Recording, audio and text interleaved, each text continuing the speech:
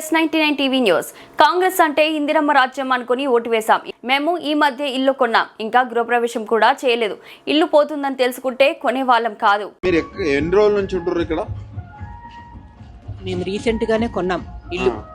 బిడ్డ పెళ్లి చేస్తున్నాము, నాకు పైసలు లేవంటే రీసెంట్ గానే ఇల్లు కొన్నాము, రిజిస్ట్రేషన్ అన్ని చేసుకున్నాం. కానీ వాళ్ళు వెకేట్ చేయలేదు, ఎందుకంటే వాళ్ళు ఇల్లు దొరకలేదు. పెళ్ళి ఇక్కడనే చేస్తాం పెళ్లి, మాకు ఇల్లు మంచిగా అనిపిస్తుంది. పాపం వాళ్ళు బాధపడుకుంటానే ఇస్తుంది. నన్ను బాధపడద్దు ఎడవ అంటే ఇంకా మీరు ఆ ఇంట్లో కూడా రాలేదు, ఇంకా రాకముందుకే ఈ వార్త వినపడుతుంది. ఈ వార్త కాదు, ఇది పోతుందంటే మేము కొనేవాళ్ళం కాదు కదా. ఇంకా మీరు ఇంట్లోకి రాలేదు, మరి ఇవన్నీ ఉంటాయి. మరి రేవంత్ రెడ్డి ఏమో ఈ 4 లైన్స్ తీసుకుంటా అంటున్నాడు. ఎప్పుడు అంటున్నాడు? నిన్న కూడా అన్నాడు కదా. నిన్న ఇప్పుడు అంటున్నారు, మేము ఎప్పుడో కొన్నాము. మీరు ఎప్పుడో కొన్నాం, కానీ ఇక్కడ ఎవరు నైబర్స్ కూడా పోతుందని కానీ ఏమీ చెప్పలేదు. బ్యాంక్ లోన్స్ వస్తాయా అంటే వస్తాయి అన్నారు. మీ పరిస్థితి ఏందమ్మా? రోడ్డు మీదకి రావాల్సింది. జాబ్ కూడా పోయింది నాకు. మా ఆయనకు రీసెంట్ బాగా సిక్ అయ్యాడు మా ఆయనని. రోడ్ మీద పడాల్సిన పరిస్థితులు వచ్చినాయి తెలంగాణలో. మరి ఎట్లా? మేము ఊరుకోమండి, విల్ ఫైట్ ఫర్ దట్.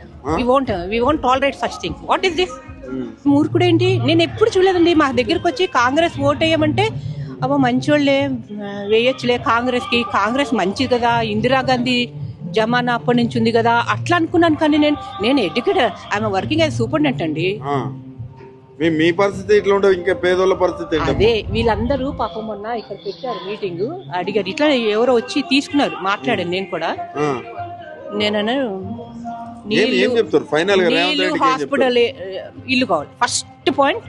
మా ఇల్లుని ఏమి చేయద్దు, ఎట్లా ఉన్న ఇల్లుని అట్లా ఉంచాలి. మా ఇల్లు ఎట్లా ఉన్న ఇల్లు అలా ఉండాలి, ఫస్ట్ పాయింట్. సెకండ్, బస్తీ దవాఖానా. సీనియర్ సిటిజన్స్ చాలా మంది ఉన్నారు. కాంపెన్సేషన్ ఇస్తారంట కదా మీకు? ఎవరన్నారు? నష్టపరిహారం ఇస్తామంటున్నారు కదా మీరంటున్నారు. నేను ఇంతవరకు మాట రేవంత్ రెడ్డి కూడా అంటున్నాడు. వాళ్ళు మా ఏరియాలో పర్టికులర్ గా చెప్పాడా?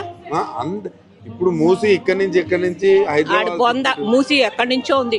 ఇప్పుడు ఇక్కడ మేము ఇన్ని సంవత్సరాల నుంచి ఉన్నప్పుడు మిమ్మల్ని ఖాళీ చేసి మూసి చేస్తాడు. మూసి చేయటం ఏంటంటే ఫస్ట్ మా బ్రతుకులు ఏంటి? ఈ బతుకులేం చూస్తలేడు. మరి 12:30కి సిక్ అయ్యాడు, బ్లడ్ వామిటింగ్స్ అయినాయి. ఎక్కడ తీసుకెళ్ళాడు? నాకు మెంటలీ రిటార్డెడ్ పాప, అందుకే జాబ్ మానేశాను. జాబ్ మానేసి ఇంట్లో ఈ పరిస్థితి బాగాలేదు. అదే నిన్న నేను వెళ్ళి హౌస్ ట్యాక్స్ కట్టొచ్చాను. హౌస్ ట్యాక్స్ కట్టొస్తే అమ్మ హౌస్ ట్యాక్స్ ఎందుకు కడుతున్నా, ఇల్లు పోతుంది. నేను కట్టేదాన్ని కాదుగా. అంతే కదా. నేను కరెంట్ బిల్లు కట్టాను కదా. నేను కరెంట్ బిల్లు నేను ఇప్పుడు 3-4 సంవత్సరాల నుంచి కరెంట్ బిల్లు కడతాను. నువ్వు కరెంట్ బిల్లు కట్టకమ్మా, మీరు పోతున్నారు అని చెప్పాలి కదా. న్యాయం ఉండాలండి. అంత అన్యాయంగా మాట్లాడితే ఎట్లా? మీరు వచ్చి సడన్ గా వచ్చేసి ఒక డెసిషన్ తీసుకుని వెళ్ళిపోతున్నాడు. ఎవడు ఊరుకోడండి. ప్రజారాజ్యం ఇది.